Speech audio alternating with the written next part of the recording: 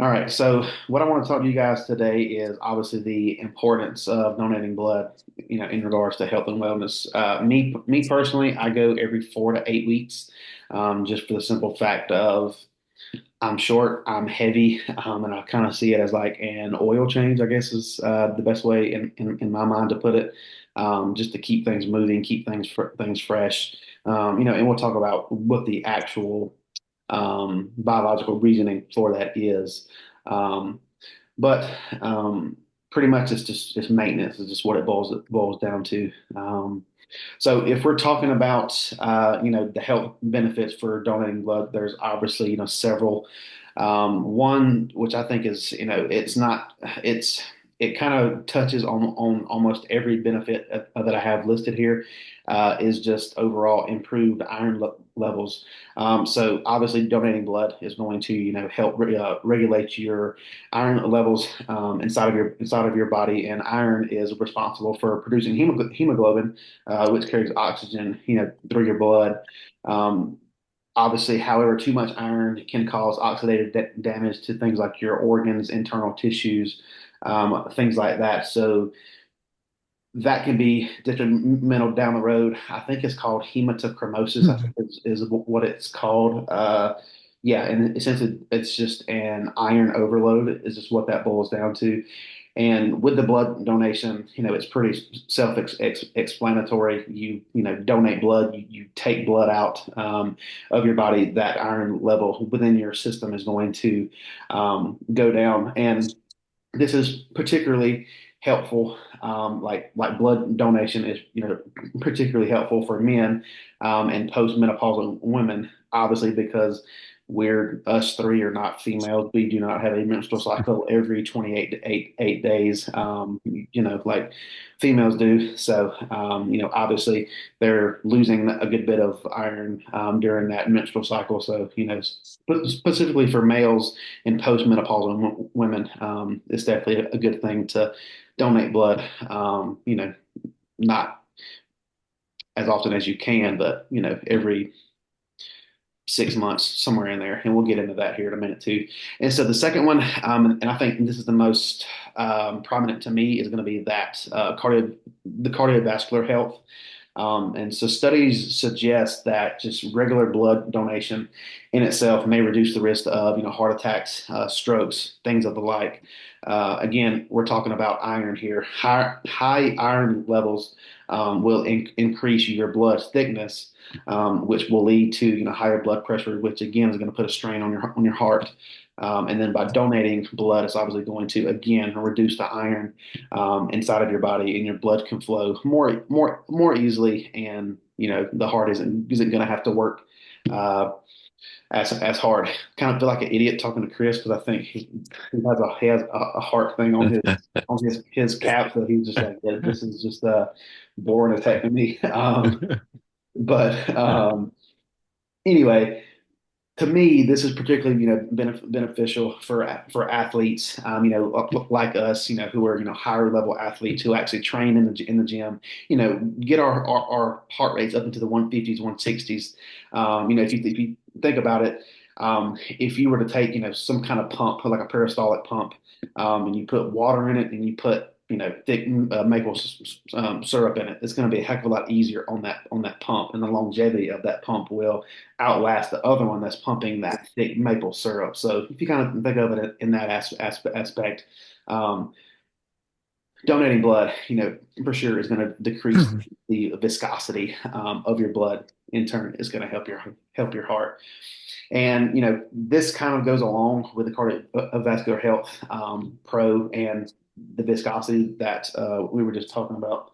Sorry about that. Let me put that on do not disturb.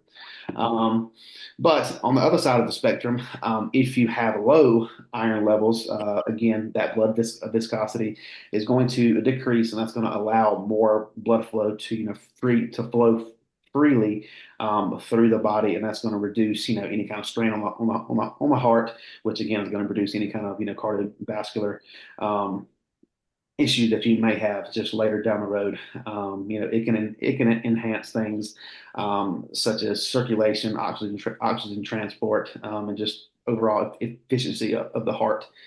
in itself. Um, and now this is something that it wouldn't really it doesn't make a ton of difference, but I thought it was just neat to throw it in there. So um, blood donation can actually help you reduce some calories. So I know when I was donating blood and I was like in prep, that stuff was like very, very strict. I couldn't eat anything. They try to give you a pack of crackers, a thing of Oreos, whatever, at the blood thing itself. And they're like, hey, like you need to eat something before you leave. I'm like, no, I'm good. Like I got stuff in the car. And they were like, no, like please eat something. I'm like, I can't. But knowing and again, this is not like set in stone or like finite, but they say that like I think for every pint of blood that you donate, that's going to burn like 650 some odd calories, something there, just because it takes energy to restore that blood supply. So outside of like a lot of people's blood sugar dropping things like that, that little snack that they give you, I'm not saying it's a good excuse to eat food off of your plan, but you do kind of have a little 650 calorie leeway there, I guess that you could say. Um, and then so if we jump into the frequency of the blood donation in itself, they say men every 12 or so weeks, women 16 or so weeks. And I guess that just depends on, or I guess that difference is, um, I guess the menstrual cycle obviously has a lot to do with that. I wouldn't guess that that time difference has anything to do with output as far as muscular like activity goes, because I know some women that put a lot of men to shame. So I'm sure it's not that, but I guess it's more or less menstrual related, I guess. And I mean, they give you these guidelines, obviously, because it does take your body a little bit of time to replenish, the blood cells and the iron that you lost during the previous donation. And if you jump back into it too quick, obviously you'll feel it the next day. I know that when I give blood, the next day at the gym typically isn't the best workout, but again, I want to get back in there, get the heart, pumping, just get some blood flowing. But I go into it knowing that I'm probably not going to PR on every lift today, just because I just lost, a pint or two of blood the day before. My body's still trying to, just catch up with that. Now, the frequency of the blood donation will differ if you're on like TRT, HRT, things like that. Um, and this is mainly because you want to manage, and I'm going to screw this up, it's polycythemia, I think is how you pronounce it. But essentially, the TRT is going to increase red blood cell production, and so that's when you need to go, give blood, donate to help keep those numbers pulled down. Um, Me personally, I go every 6 to 4-ish weeks, somewhere in there. Again, it's just for maintenance and um, I just why not, right? It's if it like how I was telling you guys this morning, I couldn't donate because my numbers were too low. That's fine. When I first started doing this, several months ago at this frequency, my number was actually too high. It was like in like the lower 20s. So since then, it's come down, and it's where it's it needs to be. So I've actually increased the time limit in between donations just to make sure that I'm not wasting my time driving up there. They say, hey, you're fine, and then I have to leave. So, um, and then, obviously there's some tips for, donating blood, for an active individual. Pretty simple, apparent things here. Make sure that you drink enough water and that you have enough food, in your stomach. I mean, you don't want to go in there on an empty stomach. Your blood sugar crash.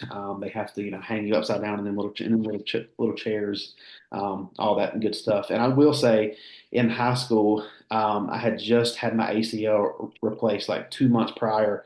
I was giving blood. I can't remember where we was giving blood at inside the high school, but my blood sugar dropped, and they had us in those little, non-gravity chairs or whatever, Mm. and they flipped me upside down. And granted, I was 2 months fresh out of an ACL surgery, so my whole Oh, body was supported by my ankles, right? So everything was pulling down, and I was screaming bloody murder. because I could feel my like that knee, like that scar was still not fully healed all the way, and I didn't get blood for like 10 years. I was pretty. I'm not gonna say scared of it, but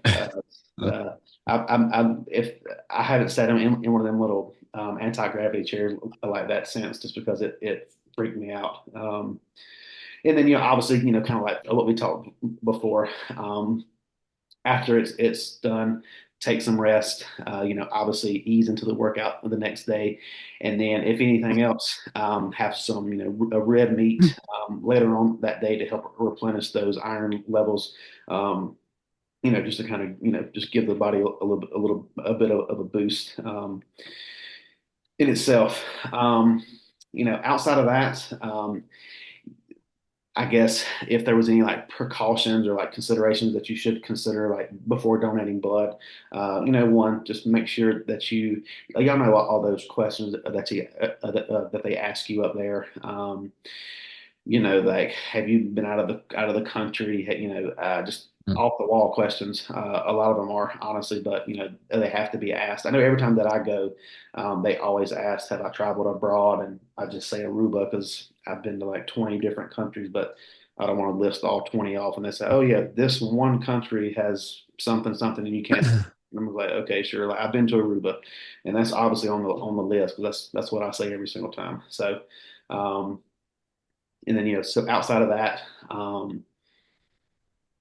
pretty self-explanatory, obviously for Chris, and probably for Jacob too. So, but again, I thought it was a neat topic to talk about, considering that I was supposed to go give blood today, but got got turned away. The lady, she said that she had never had somebody asked to be stuck twice because she pricked my finger once and it was too low. She was like, "Well, you're not drawing today." I was like, "You want to test it again?" She was like, if I can, I was like, I mean, you could just test it, see if maybe the machine was reading wrong. And she checked it again, and it was like 0.4 points higher, but still, it wasn't enough to put me over the threshold. I was just trying to get another T-shirt, if I'm being honest. So, but anyway, um, so yeah.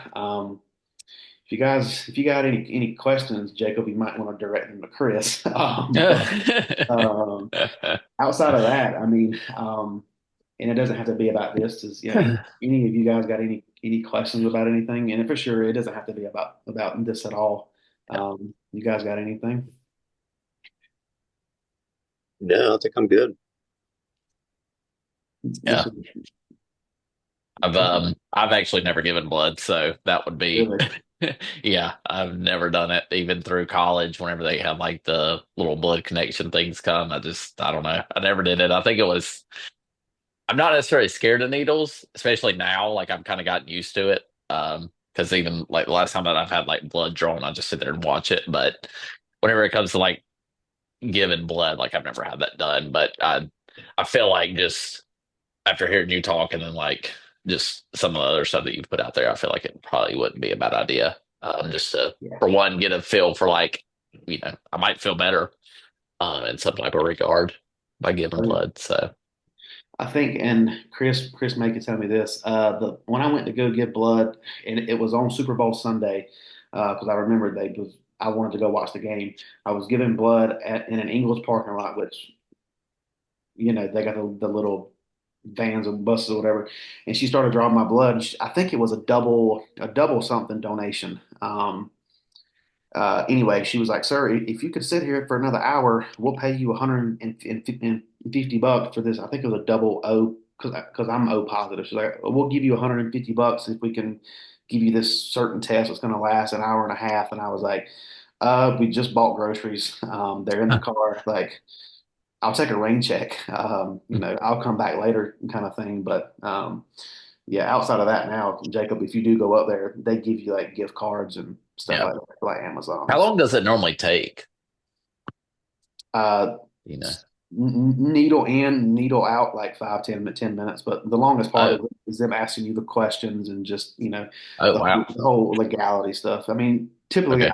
I'm in and out within 20, 25 minutes. Oh, okay. Yeah, for sure.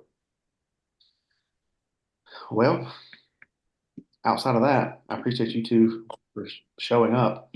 Um, I know Chris hasn't been to a ton of calls, but typically we have at least 3 to 4 people. So I'm glad that you showed up today because Jacob would have been the only one. So, but anyway, yeah, man, I appreciate y'all showing up. And I'll see both of you guys check ins tomorrow. So, Yeah, man. Yep. all right, man, y'all have a good day. Cool. See See ya. ya. You too.